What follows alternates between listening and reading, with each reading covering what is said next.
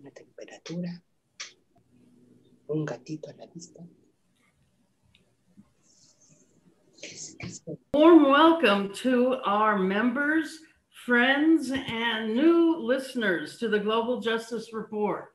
This is a new online production of the Center for Global Justice, and I'm Betsy Bowman, your host.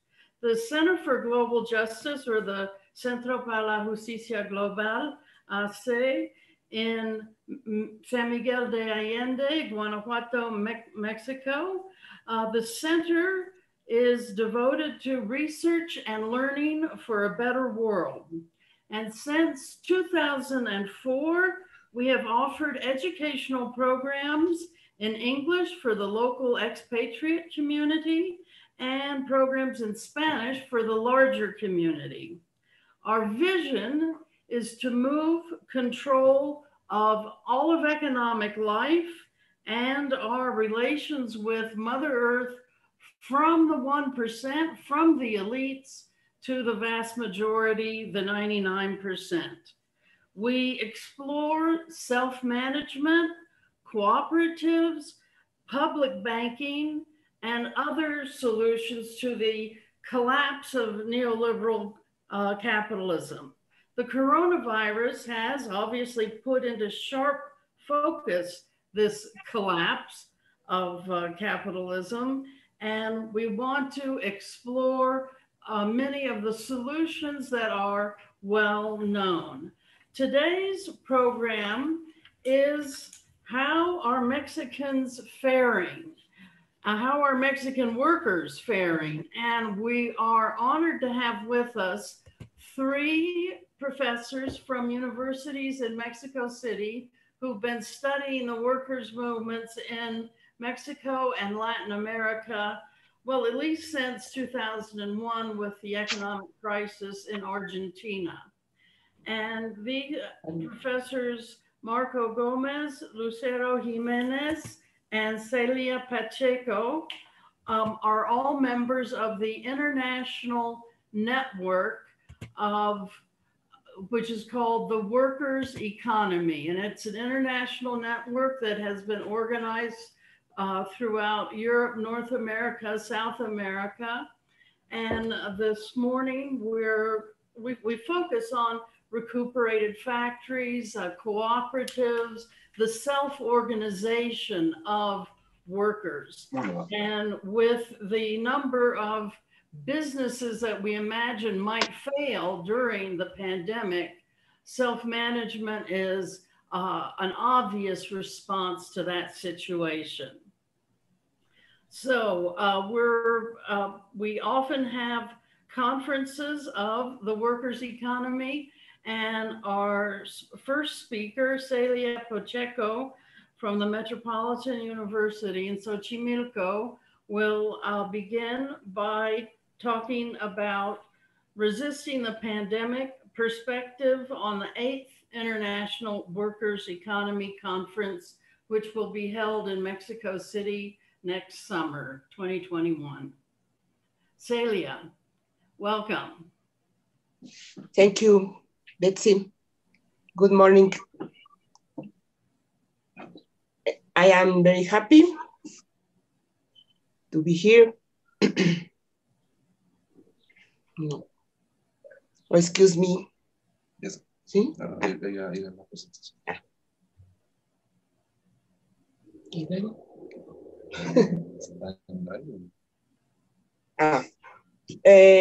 Well, we are going to start. I prepared this presentation.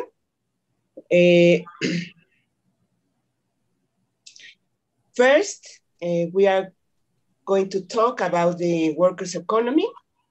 Since 2007, a group of academics from several countries have been working on straining the experiences of workers, looking for experiences that are aimed at an economy by and for workers. This initiative has its center with the extension program Facultad Abierta, Open Faculty, of the University of Buenos Aires, Argentina, led by our good friend, Andrés Ruggeri, in the face of the growing phenomenon of workers occupying their factories to resist unemployment, in the face of the economic crisis that affected Argentina in 2001. In this picture, there is our friend Andres Ruggieri in the left, then is Peter Renis and Marcelo Vieta. They are all members too for this network. There is in this network also participation from members of cooperatives, trade unions, collectives, activists, militants of social organizations, scholars, even public officials, and whoever interested in the processes practiced by workers who have understood that they have to manage their employment and economy by themselves through collective work practices and with new forms of labor organization. Here we have the third in South American encounter in Chile, then in Marsella, and in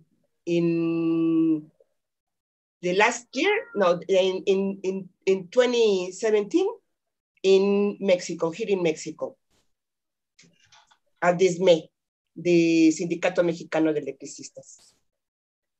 Well, in Mexico's case, the team that has promoted this network is comprised of a group of researchers involved with social organizations, such as the Cooperatives Democratic Workers of Occident, Pascual Boeing Workers, the National Cooperative Alliance, the Mexican Union of Electricians, the National Union of Miners, Metal Workers, and Allied Workers, among others, as well as researchers from Universidad Autónoma Metropolitana, Universidad Nacional Autónoma de México, the Cooperative Self-Management Program of the Universidad Autónoma de la Ciudad de México, the Center for Global Justice, now our host, the Network of Educators and Researchers in Cooperativism. We already have organized the third international gathering, the Economy of Workers, is this, excuse me, the last, this one, in Mexico City, as well as the first, second, and third gathering of the North American, Central America, and the Caribbean region in 2014, 2016, and 2018, respectively. The seventh international gathering, the Economy of Workers, Brazil, September 25 to 28, the last year. The seventh edition of the international gathering took place from September 25 to 28 at the Florestan Fernandez School of the Landless Rural Workers Movement, MST. This school was designed for political training based on Latin American critical thinking. From various countries, intellectuals committed to social change have sponsored this project. Here we have one picture. Over 24,000 people involved in social movements from the country and the city, from every state in Brazil and other countries in Latin America and Africa, have taken courses, seminars, conferences, and tours. Teotonio dos Santos, Amir Amin, Angela Davis, Anastasia Ceseña, Isvan Metzaros, among others, have been volunteers professors there. Here in the picture below, we are in the committee dinner in Brazil last year, taking dinner together. There are Anabel, there is a friend from Uruguay, Brazil, Italia, Francia, among others, there in that picture. The analysis of the global capitalist crisis had expositions from Brazil, Argentina, the Basque Country, Russia, South Africa, and Namibia. As we can see in this picture, in the first, no? There is a Russian girl, there is from Namibia, from Argentina, from Brazil. The self-management experience was discussed from the perspectives of Argentina's recovered factories, Chile's labor cooperatives innovations, the common economies raised by former Colombian FARC guerrillas on the basis of peace agreements, from the conditions for maintaining whatever is possible of the economic and industrial strengthening program under Venezuela's harsh conditions. Also the cooperatives that MST itself developed over 3 decades in its settlements. Women's experience in self-management was presented through movements as the Kurdistan communes, Chilean and Uruguayan cooperatives, or the woman movement of Argentina, and the organizations of the popular economy of the intersection between trade unionism and cooperativism, were threshed out from movements such as the Argentine Cooperativa Textiles of Pigüé, or the Darío Santillán Front, the French trade union Solidaires, the Italian network Fori Mercato, the FACTA, Fedecava, and ACTRA, all cooperatives federations of Argentina, and the Mexican Union of Electricians, SME. This provided an overview of employment and unemployment, the precariousness of work, and the difficulties of workers. But it also was a huge opportunity to produce unity among workers. Here we have the women gathering in the hall Frida Kahlo, there at the Florestan Fernandez School. In 2018, we worked in Mexico to make our attendance at the 7th meeting in Brazil as constructive and plural as possible. 5 academics were able to attend, 4 from the Universidad Autónoma Metropolitana and 1 from Universidad Autónoma de Querétaro. And 2 colleagues from the Mexican Union of Electricians were also there representing the new Workers Central, la nueva Central de Trabajadores. Here we are in a visit, visiting one of the MST places. Like on previous occasions, the encounter is a tool, an observatory of the complex reality that Latin America is in. The testimonies reveal a region convulsed by huge tensions between right and left. Participants from cooperatives, recovered factories, organizations of the popular economy, social organizations, and academic groups committed to this struggle treated this reality from the perspective of self-management, exchanging experiences and analysis from the common access, and resuming discussions that are being developed through more than a decade of gatherings of the economy of workers. The challenges of the 8th International Gathering, the Economy of Workers in Mexico next year. In Brazil, the Mexican team promoted Mexico City as host for the 8th International Gathering dated July 2021. Although a year away, we have to consider a scenario where the economy and health impacts of the current pandemics will extend to 2021. So it will be difficult to give up a face-to-face meeting and opt for a virtual format. And if it is possible, in person with an audience of fewer than 30 people, including the speakers and the technical team. This way, being optimistic, brings possibilities of participation and expanded it The main challenge will be to define the strategy to live stream, define schedules, and allow remote interactivity in ways has been seen lately when using platforms such as Facebook Live, Zoom, or other. Simultaneously, we have to work on an pertinent call, decide the format, and define the program. It will be a challenge to assemble the artboards through remote assistance. It will also be necessary to organize the recording of the encounter to upload it to YouTube or on another platform to favor the dissemination to audiences that for obvious reasons won't be able to attend, even in a virtual way. This has to be done with the participation of the international community.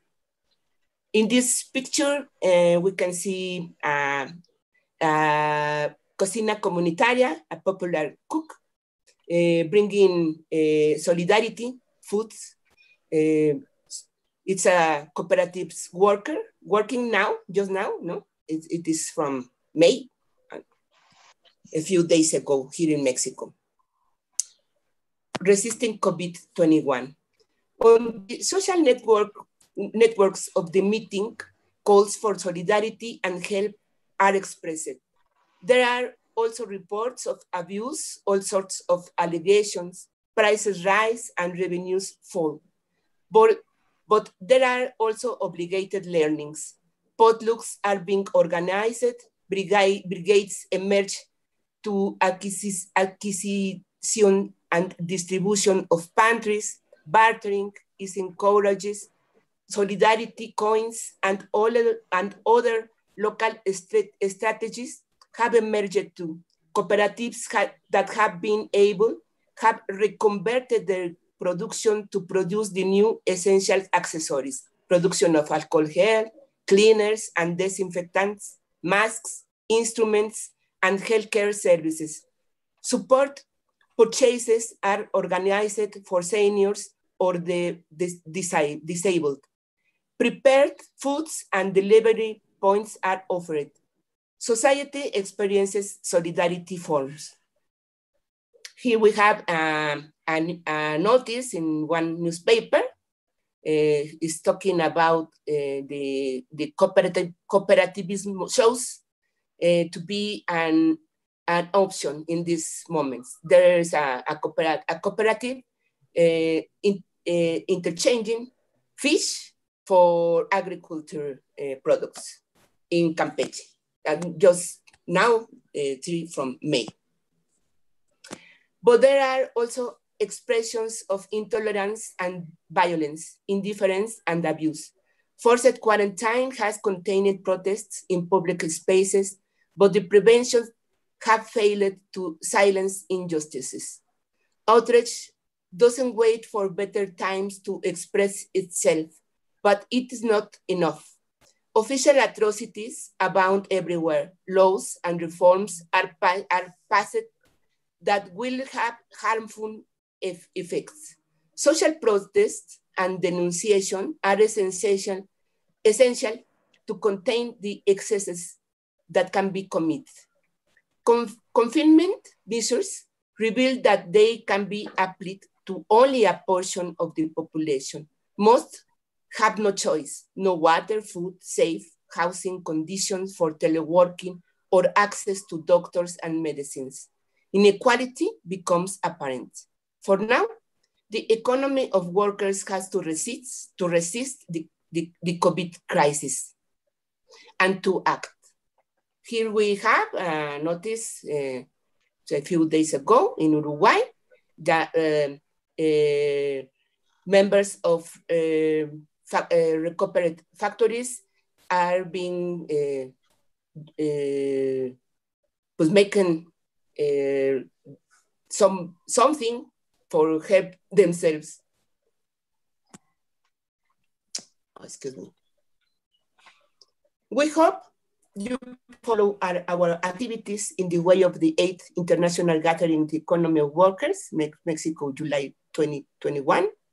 Here we have some mails, some websites, and our journal, Autogestión, Un Mundo de Trabajadores Autogestionados in this number, and our friends of the global justice picture. Well, thank you very much. Thank you very much, Celia. That's a very informative, and I'm very happy to present such a complete picture of the workers' economy to our public. And thank you so much for speaking in English. Oh, excuse me, I speak awful, but it is my better effort. Thank you very much. I'm glad that everyone is informed about the international network, and that next July in 2021, we'll be having another international conference bringing together representatives from the different branches, Europe, North America, South America, and assessing the strategy of self-management for dealing with the unemployment and bankruptcies that are being caused by the pandemic. Our next speaker is Marco Gomez from the Metropolitan University at Xochimilco, and his topic is work in Mexico before and after COVID. Well, we hope there will be an after COVID. Thank you very much, Marco. Please. I think we've had quite a few COVIDs in human history, so I'm very optimistic. Okay, thank you very much, Betsy. Thank you for inviting me to give this talk. And I say hello to our fellow members here. I want to, my talk, which I will present to you,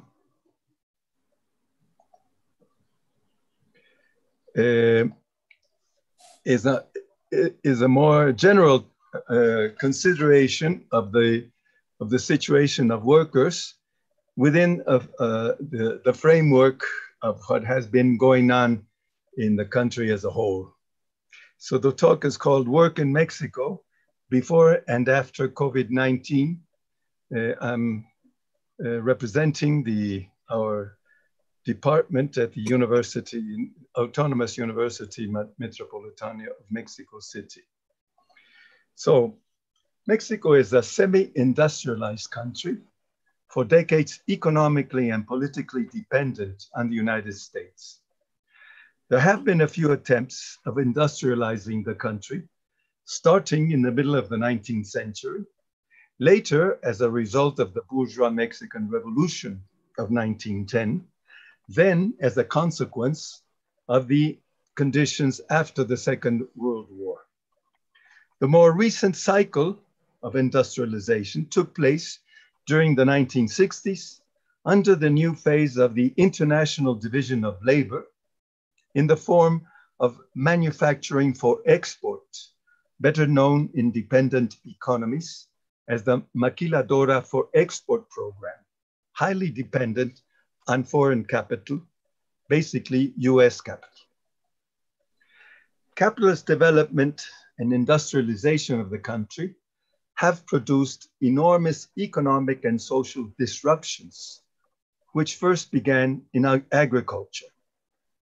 With the successive waves of destruction of seigniorial landed property inherited from colonial times, due to petty bourgeois and peasant uprisings and revolutions, political power shifted mainly into the hands of the rising bourgeoisie, that is to say, the new landed bourgeoisie, the expanding industrial urban capitalist sectors, the existing commercial and financial interests, which further developed, and the urban middle sectors.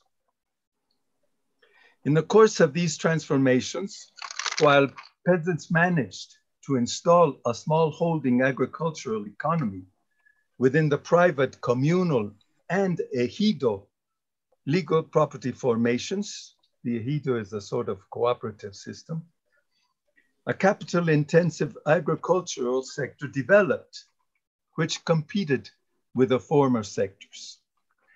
While the former peasant, more social sector occupied most of the land and contained most of the agricultural population, the capitalist sector in agriculture slowly grew in strength, mainly due to the bourgeois government's effort to favor the capitalist sector and also to the scale of production of the former in detriment to the more social sector. Bourgeois development in the countryside entailed accumulation by dispossession, as called by David Harvey, or what Marx called primitive accumulation of capital.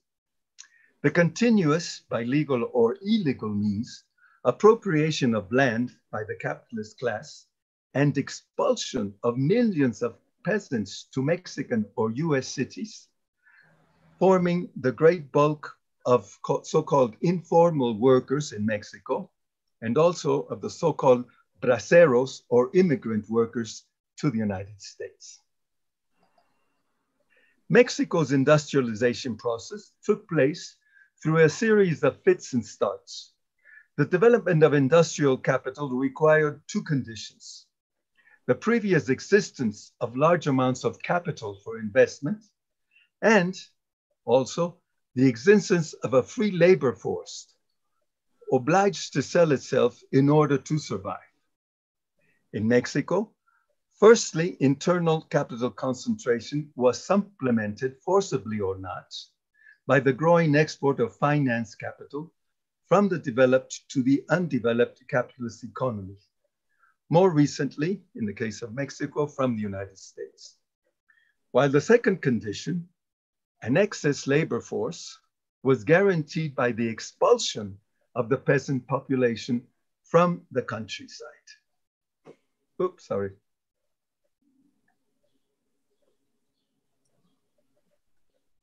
Oh.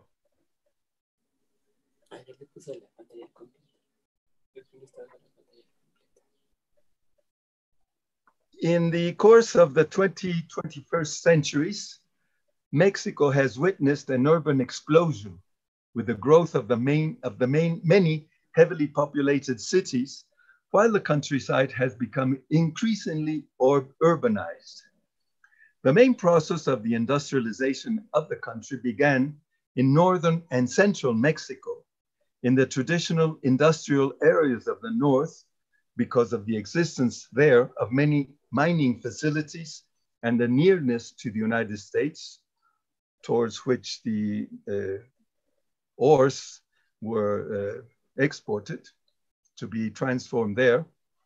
And in the Central Valley of Mexico, with the highest density of population, including Mexico City and the state of Mexico. Recently, industrialization has spread unevenly across the country, with an important center in the Maquiladora regions of the border with the United States. The current government's interest in the industrialization of the southeast of the country is due to the marginalization of this area from the process in the north and the center of the country, originating in the traditional export-oriented industrialization towards the United States. In fact, over the last 1.5 centuries, most roads and especially railways were oriented towards the north. East-west connections were practically non-existent and are still practically non-existent today. Today, as Mexico serves as a hub in the global economy for assembling manufacturing components that flow through Mexico to and from the United States, maritime links to the west, to the western coast of the United States and to Europe, and to the east, South and Southeast Asia, are being expanded on both of the Mexican coastal regions. Mexico's modern Mexico's modern working class arises economically and politically from these economic and social upheavals. The country's first industrialization process was centered on the development of the transport, communications, energy, and raw material sectors. This is the era of the internally centered development through railroad expansion, telegraphy, and later electricity, oil, mining, and an industrial agriculture, which began in the 19th century and lasted to the end of the Second World War. The building of all these sectors stimulated the growth of an important manufacturing sector, steel works, oil refineries, and other capitalist-intensive enterprises, as well as the industrialization of agricultural raw materials and consumer goods. Local capitalists even attempted the production of automobiles, trains, and other high-value consumer goods. The market grew immensely, and the so-called service sectors also took on a massive character with the expansion of public education, the health, and generally the government sectors. The growing exploitation of all workers upon which this process was grounded resulted in the workers' uprisings that took place between the end of the 1950s and the 1960s. First, in the north of the country, the miners exploded in huge protest movements.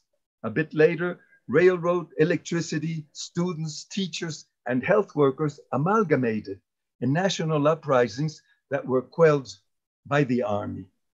In 1968, mostly university and some secondary students staged a national strike that attempted to forge a more democratic road of development, appealing to the workers to form a common base for the struggle. This social movement was also crushed by the Mexican army. After 1968 and the momentary defeat of worker struggles, the bourgeois government changed its course.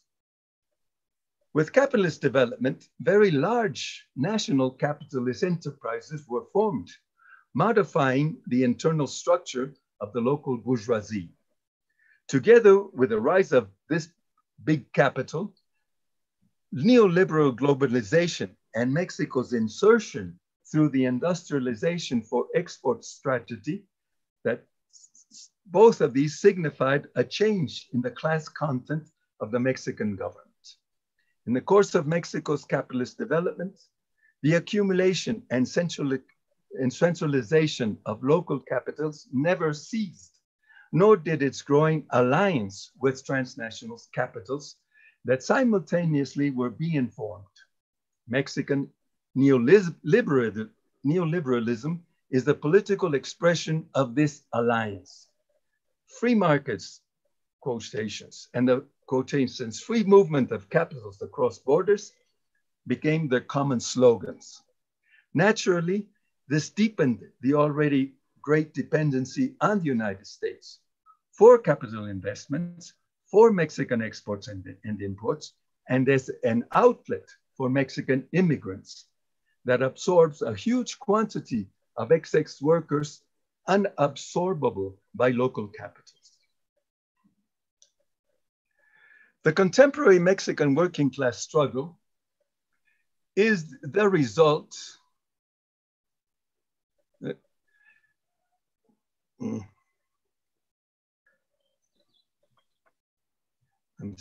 I wasn't able to read. The contemporary Mexican working class struggle is the result of this previous uneven development of large wage labor force, alongside a very significant labor reserve composed of informal workers and peasantry struggling to survive the onslaught of extractive capital.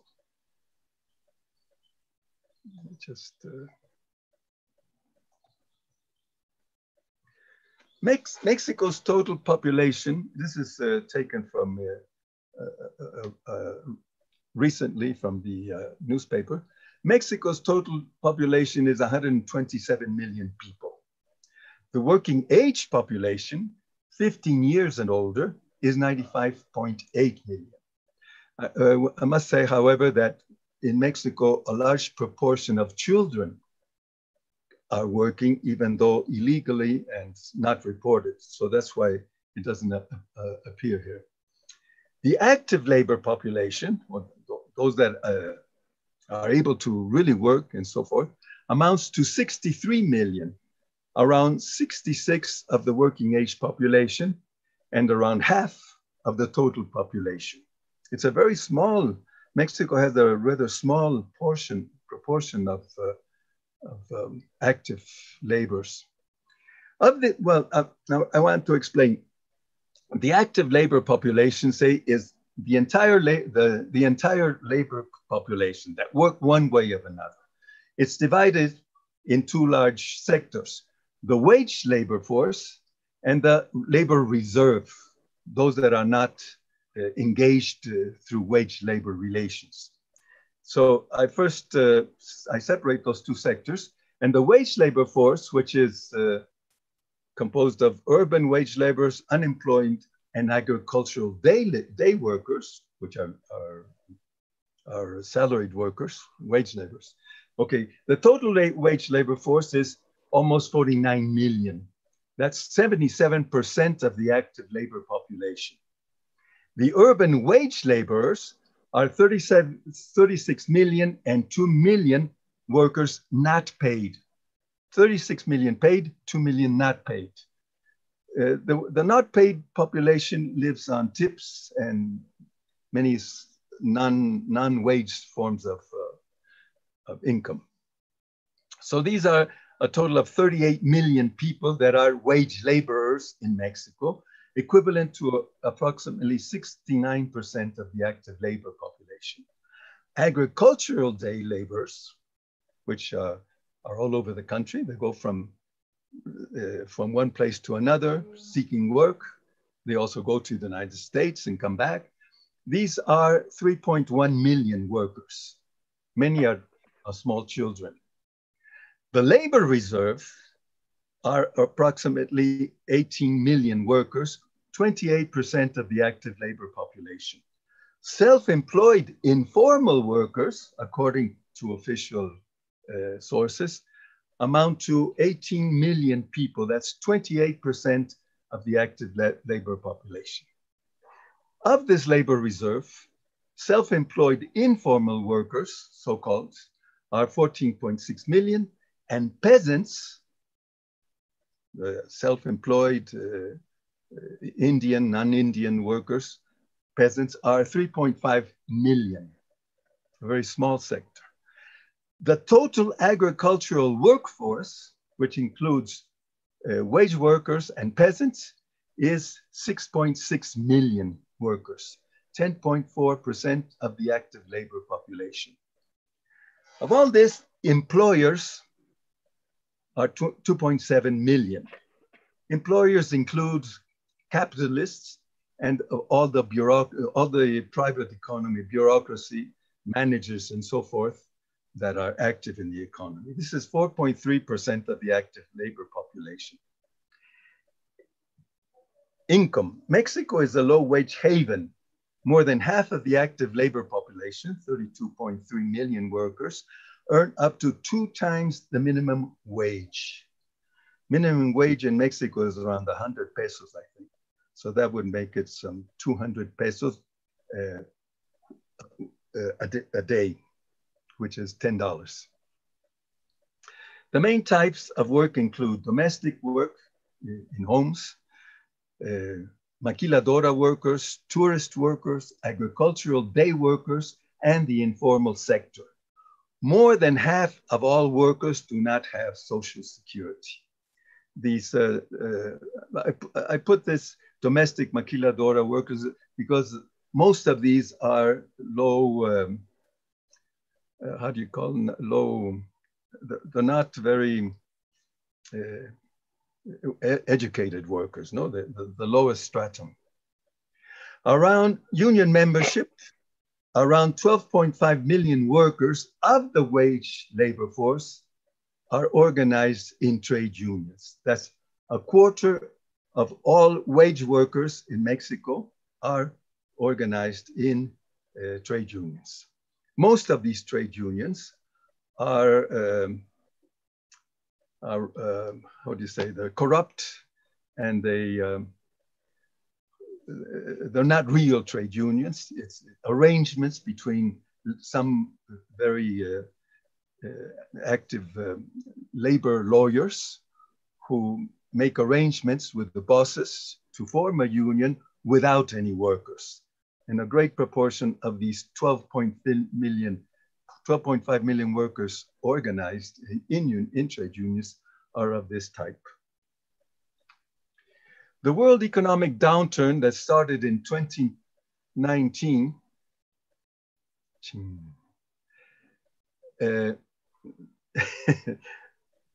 I'm afraid I can't see. Let me just put it like this. The world economic downturn that started in 2019, together with work stoppages caused by the health shutdown under the COVID pandemic, are provoking the worst labor crisis since the 1920s, globally and in Mexico. Manufacturing has suspended activities, transport has been disrupted, markets and distribution centers have been curtailed or closed down, workers have been laid off, or their wages have been reduced. That work that continues is a risk for workers and has led to an increase in precariousness. With the shutdown, the shift to platform work informalizes the labor relation, intensifies and worsens labor conditions for a vast amount of workers. The most vulnerable sectors in Mexico are migrant workers, agricultural day laborers, health workers, maquiladora workers who are forced to remain working due to their connections to US value chains.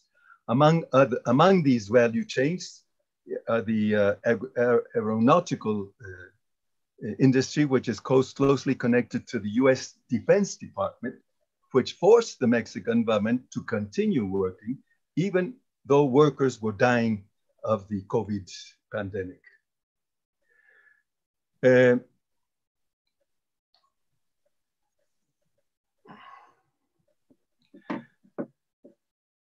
Platform workers, which under the circumstances are multiplying. There's a lot of these delivery systems that are run through platform, which are growing and growing and growing, and many others. And the informal sector that depends on the day's work for survival. This informal sector is one of the most active in protesting. Also vulnerable are the highly populated working class districts, such as Iztapalapa in Mexico City, and other densely populated working class districts in the state of Mexico, not to mention the northern border regions where many maquiladora plants are located. In the south, migrations from Central America, fleeing from poverty, violence, and most certainly from the pandemic, are highly vulnerable. At risk are also the more remote and isolated areas in the country where medical treatment is scarce or non-existent. The former governments headed by the PRI, PAN, and PRD, these are all right-leaning traditional bourgeois parties, some older, some newer, left the country in shambles. State aid for the working population is scarce. The country is highly indebted. Tax receipts are among the lowest of the OECD countries. Corruption was rampant among high government levels, and austerity was directed towards lowering social expenditures. The last pre-government, one of the most corrupt, with the complicity of the other two parties, reformed the federal labor law, legalizing outsourcing, the capitalist demand for decades. And the present administration, headed by Morena, the Movement for National Renovation of the center-left that supported the incumbent Andrés Manuel López Obrador in the presidential race, participated in the, under quotations, free trade US, Mexico, Canada talks that Trump imposed on Mexico and Canada, most unfavorable to Mexico. Under these circumstances, the pandemic has put the present government in the dilemma of either rescuing private capitals or aiding the impoverished and more vulnerable population while pursuing its large-scale development projects that promise to create jobs and lift people from extreme poverty. Both capitalists and workers are increasingly putting pressure on the government in their respective favor. Protests have been staged by many sectors of the working classes defending working conditions, wages, and health. The more active have been the maquiladoras in the north, health workers, street vendors of the informal sector, and more recently, platform workers against precarious working conditions. There is also an important peasant movement supported by urban middle-class intellectuals against the large development projects favored by the present administrations. Peasants defend their territories against encroachments, present or future, and intellectuals defend the peasants' rights to remain in their territories and against environmental destruction. Protests are mostly spontaneous, local, and defensive. They defend jobs, working conditions, territories, and self-organization. I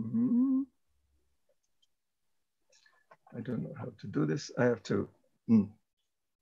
The government is also under fire from organized capital lobbies, as they fear that this center-left government could stray from the long-standing tradition of promoting, above all, quotations, free market and quotations, free movement of capitals between borders in their favor. The government has stated on many occasions that it does favor a greater state intervention in directing economic development than the preceding ones. As can be foreseen, the COVID pandemic will sharpen all these social contradictions in the future. I want to also add that capitalist lobbies are much more active than the working population, and they're even calling for the downfall of the current government. They don't trust it, they don't want it, and they are organizing all sorts of movements, well, mostly through the press and all that, trying to gather sympathy against the present government, and also to widen the support, to separate the government from its social support basis. So this is the current condition, and I'm sure that this will be much more aggravated in the future. Thank you very much. Thank you very much, Marco. That provides a huge amount of information about what is happening with the working classes in Mexico.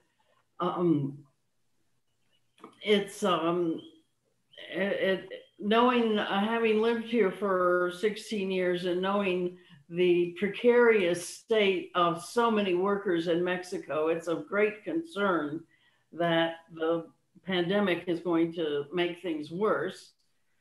In other parts of the world, of course, it's making the wealthy much wealthier. So it looks like the polarization of the society is going to continue in Mexico as well as in other parts of the world. Our next speaker is Lucero Jimenez, and she is going to speak about coronavirus, the effects on workers from a gender perspective. She is an UNAM researcher in political and social sciences and focuses on women's studies. Her colleague, Marco, will be reading her paper for her. Okay, Betsy.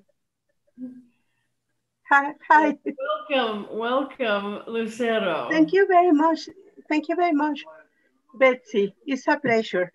I'm very glad to be able to participate in this conference. After Marco has described the situation of Mexican working class, I would like to speak on certain aspects of the personal and domestic situation from the gender perspective.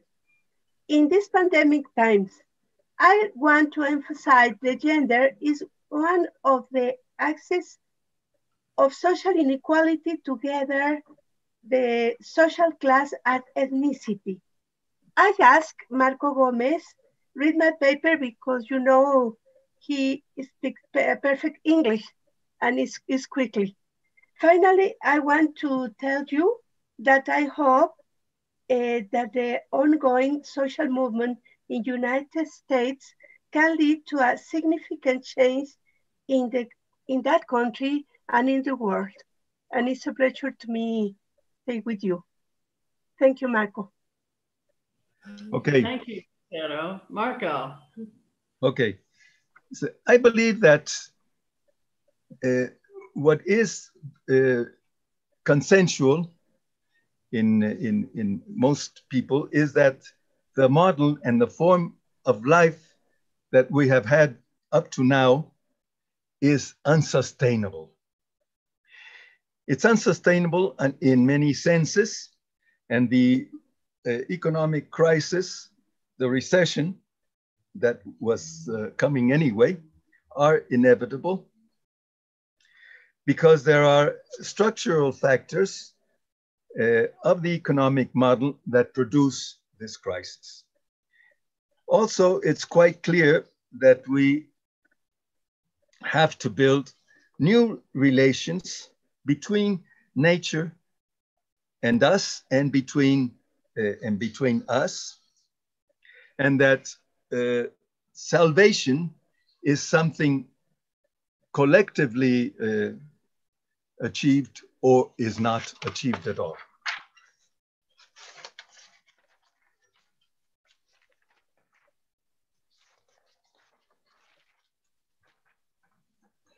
It's also very clear that the individualistic model of free competition is absurd, and now it is clear that that is not viable. In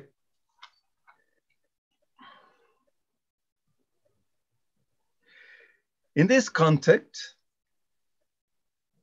it appears of great relevance that men at this time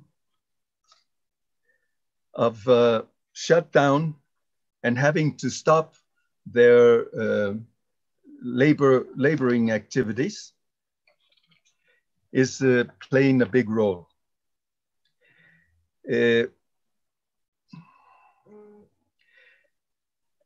On the one hand, it's something to worry about, and on the other hand, it's a laboratory which leads us to limiting situations. And like any other social process, it's full of obstacles and conflicts, but also contains many opportunities that we must take advantage of. I think that it's important to underline for these analysis on gender relations that they do not take place in a social vacuum, and that they depend on class, social, and ethnic relations, and of course, whether one belongs to the urban or rural areas. Therefore, we have to be very careful not to generalize, but I believe that we can advance some considerations that have a more global impact, that show the great changes taking place in the gender relations. The first to be shown is the fact that unfortunately, intra-family violence is growing, and that always the victims are mostly women and small children. It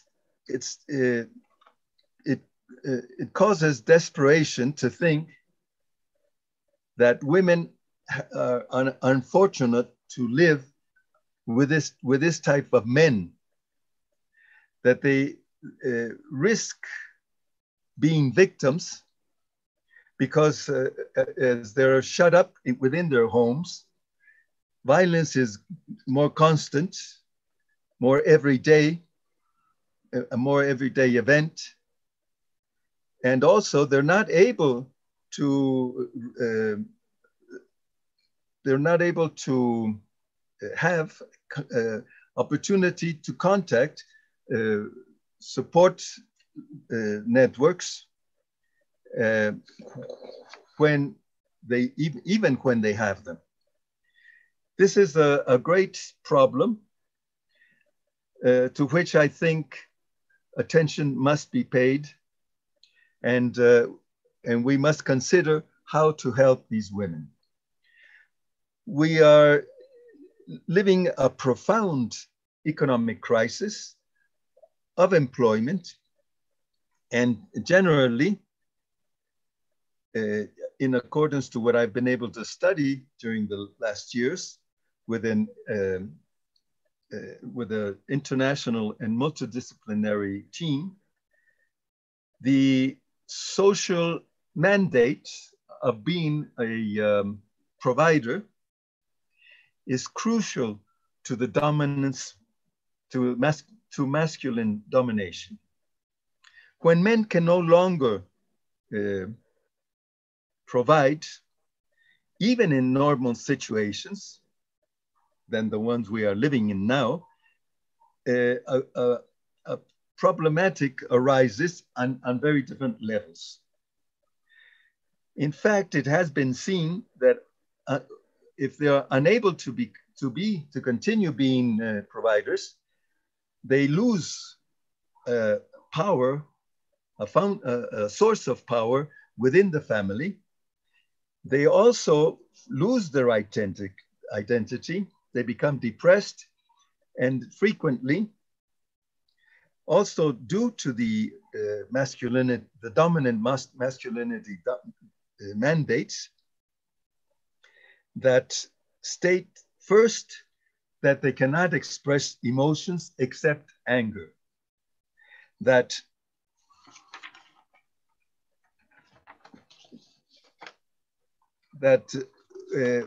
they become devastated when they feel that they're not fulfilling the role which permits them to be real men.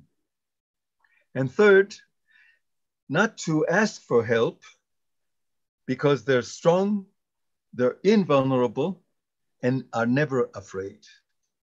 Derived from this, there is an increase in violence and also of major addictions, and also of general, they're more prone to sickness. We can imagine what is happening at this moment, and we can also foresee in the following weeks that these processes will increase. Another interesting aspect to be shown is that these differentiated roles, gender roles, in respect to domestic activities are being maintained, and even they become sharper, these differences between male and female homework. In social networks, and also as a result of consulting the results of other researchers on this theme, I have been able to show that one of the unfortunate aspects of this situation is that women that labor, this home labor for women is increasing and increasing. In general, although there might be some exceptions, men are not making themselves responsible of part of this homework,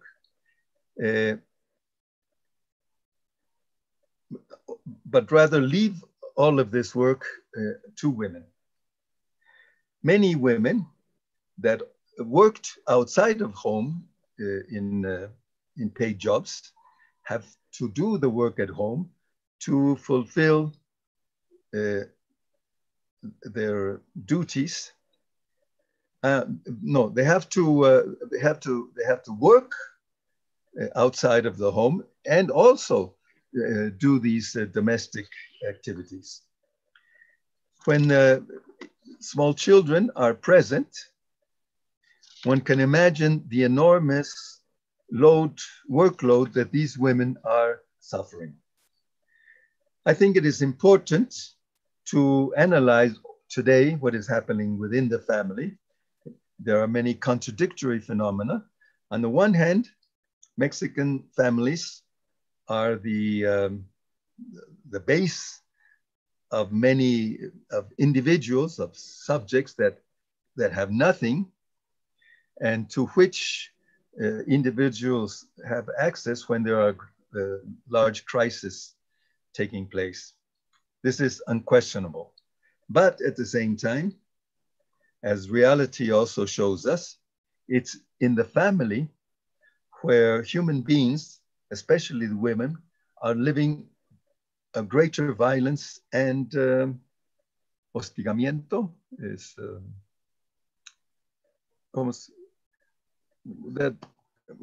hostigamiento, violence and harassment. They do not, these homes do not constitute, they're not a paradise. We have to subject this to criticism and make visible all the contradictions that exist there, as Judith Butler informs us. I think that although there are many problems, there's also some changes taking places that are optimistic. In the research that I'm doing presently, I'm also collecting testimonies of people that are questioning their lives and that are respecting more their partners. They're activating themselves and they're being more emphatic, do you say? Emphatic and solidary with their respective partners. Perhaps the consciousness that we are in this pandemic, consciousness of death, and the great vulnerability that we are submitted to, our sense of finiteness may be contributing to a change in people. Much depends on the life history that each one of us has, and also of the history of the family, of the couple. But there is some changes taking place, and I think it's important to talk about this, to make it visible, because it gives the idea that change is possible. The everyday life is changing, and everything depends on how you lived before, what your relations in the family are, which may either be an opportunity or a problem for the future. I would also like to speak a bit on the hegemony of masculine hegemony. This is defined as that type of relation that is lived by the majority of men and that correspond to the traditional mandates differentiating the genders, and which attribute to men a series of characteristics and qualities that make them different from women and that place them in a superior place with respect to the women. Mandates, much of them very aggressive, very bad, that do not permit the integral development of human development in men. This puts men at risk due to the fact that one of the more important mandates is to always be in a situation of proving oneself, to be strong, assertive, brave,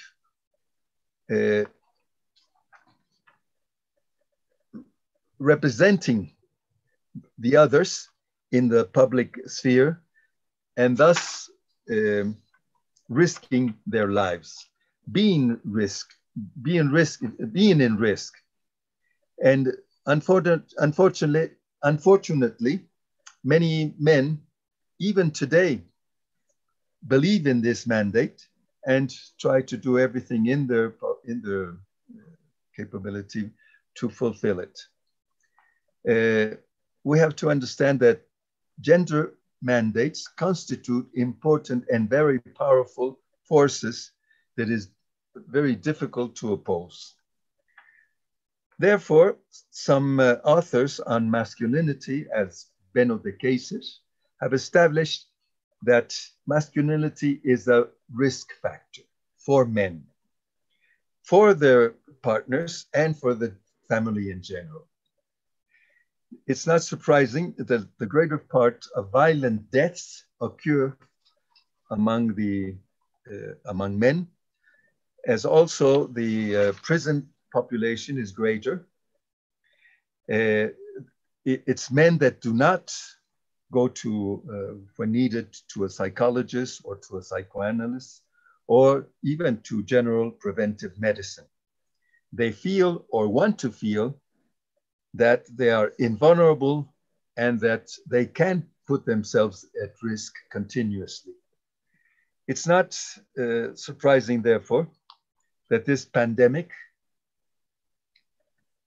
that in this pandemic, their behavior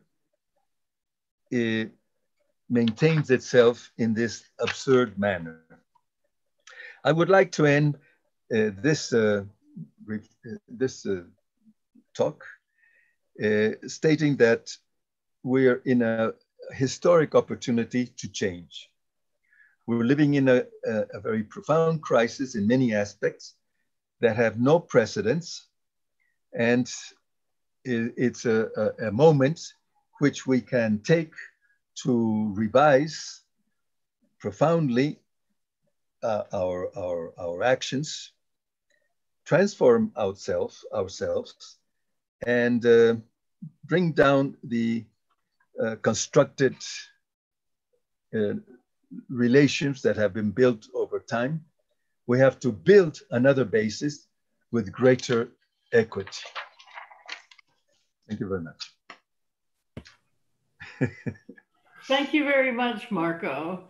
And I want to thank all three of our panelists for making the heroic effort to speak in English for our English-speaking public, who I know are very interested in learning how Mexican workers are faring during the pandemic.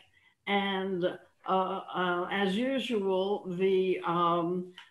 in social crises or economic crises, the burden often falls onto the shoulders of women who have all of the housework to do, as well as now supervising their children at home who are not at school, and maybe even trying to work from home. I have a great deal of sympathy for all of the parents who are trying to both work from home and help their children participate in school. But of course, there are so many workers in Mexico are informal workers. And if they can't go outside and make a living somehow, selling things on the street or doing other kinds of day jobs, they're suffering very much. And is the Lopez Obrador government doing very much to help the workers who are newly unemployed? Is there unemployment insurance for workers in Mexico?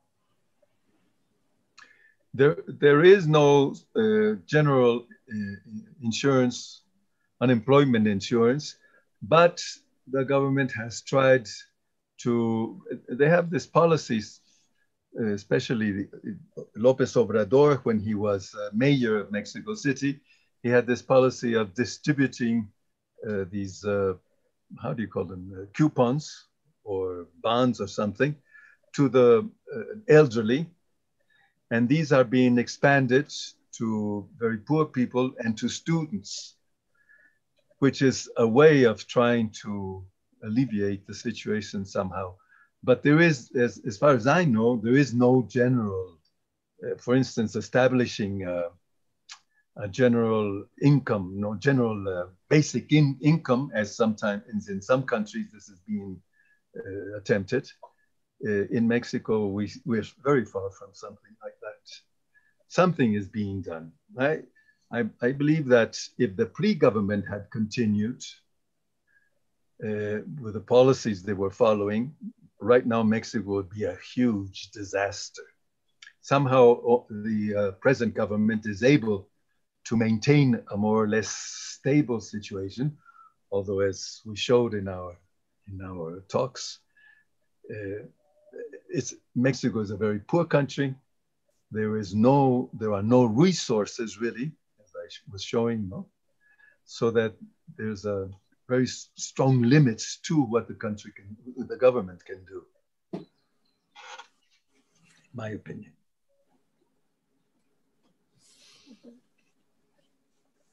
Do you see that this moment when there is unemployment? Well, unfortunately, right now, the pandemic is now increasing in Mexico as it has gone through the world with waves of the pandemic increasing and then flattening out. And Mexico is now on the ascending side of that curve, as is a lot of the poorer parts of the world. Do you see that there'll be more of an opportunity for the idea of mutual aid and workers getting together to either take over businesses that have gone bankrupt or to start new businesses to replace those that have disappeared? In the post-COVID world, will self-management be more of an opportunity for workers? Yes, I think it is a good moment for experiences in that way. And it is imperative for the workers to do something for themselves, because the country, as Marco said, is very unequal. And in this moment, all kind of organization is emerging. Auto-helping, and help somebody. And we see on our networks, in our social networks, we see that there are many different efforts of organizing cooperatives, of organizing kitchens for giving out food to the more needy, which are arising in the population. These are not promoted by the government or anything. Mm-hmm. So it's a very elementary way of mutual aid and things like that. But it is occurring. I think in Mexico, there is always a tendency for that sort of things. We've lived it before, but earthquakes, and there is a general tendency to aid others. I don't know how lasting they will be, but at least during the pandemic, this tends to be a general tendency. I think the question of taking over factories and things like that is more difficult because the pandemic is still spreading. It's still in a very high stage, like you said, Betsy. So in the near future, I don't see this as something viable. What happens a bit after, when people start going back to work on a more general level, perhaps that sort of thing could happen. It's difficult to know. And I think yes. too, it is mainly women. I think are taking the ¿cómo se dice la qué? Sí, la mano. Well, are leading these initiatives. Mostly women in Mexico. I feel that. I don't know what Lucero thinks, but as I have seen in news and in social networks, mostly women are leading these initiatives. The woman always has more flexibility. For women, it's important to support the family, and we can change our jobs, and it's not important. We don't have that problem with the status or the prestige like man in Mexico, at least. And I think many women work in any place, in any way, because they need to support the child, basically. But I think Mexico has now a huge problem because now the government recognized 1 million more than employment people in 2 months. And if you put this number with all the poor people in Mexico, I think the near future is not very good for anybody because we have a violence in the streets. Now in Mexico City, there are many cases of the asalto a mano armada en los supermercados. Armed assault. Ajá, en los supermercados. And the government put more police for stop that situation. But I think with this poverty tan extendida, pobreza tan extendida, the violence will be a great problem in Mexico.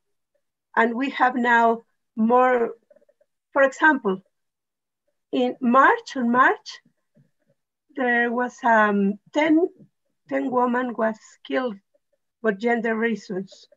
Now it's 11 in only 2 months.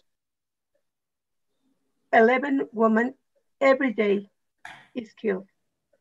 And the government, I think it's impossible for them to resolve this situation. And I can imagine when we go to the new normality, the situation will be very, very bad, I think. But I hope they have another public politics for attend this situation. Because for me now, the government is really limitado. The politics are very limited. If we consider the huge problems that the people live, and the people need some support. Maybe there are cooperatives or for autogestión, but they need some money and many million people in Mexico don't have 1 peso. And this is a big, big problem in my point of view. I think it's a big problem in everyone's point of view. And Yes. it shows the extent to which something like a universal basic income is necessary on a global scale, and not Yes, just for the rich countries, but especially for the poor countries. And it's, in crises, exactly. the burden usually falls on women. Women are the ones who suffer the most, and the fact that there are 10 or 11 women a day being killed in Mexico. Femicide has long been a serious problem in Mexico, but I had not realized that it had grown to that extent.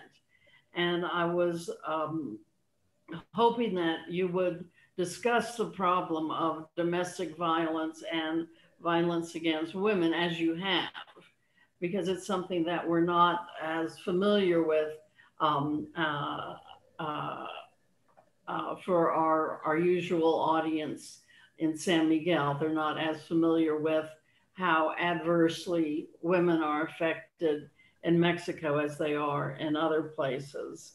And it's quite shocking. Yes, Betsy, yes, that's But true. I I, think there is another big trouble here in Mexico because talking about bring support, the carteles are now are bringing support to many people in many places, Yeah. and they are taking a big place, you know, in this way, and they are sobrepasando, over overreach, over ¿qué? overreaching, going beyond. Overreaching the state capacities in this way, and the people are happy with this.